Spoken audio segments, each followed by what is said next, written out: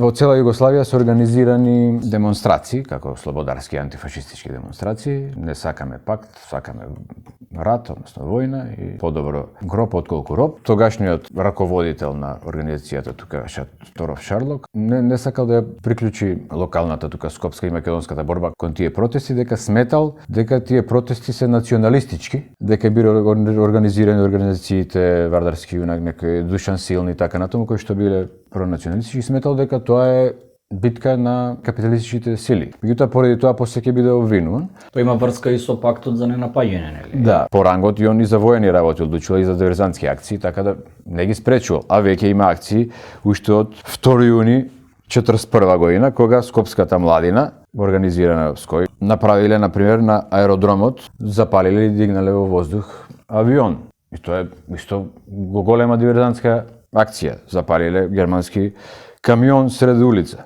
Во периодот јули-август 1941 диверзантски акции во Радуша, рудникот.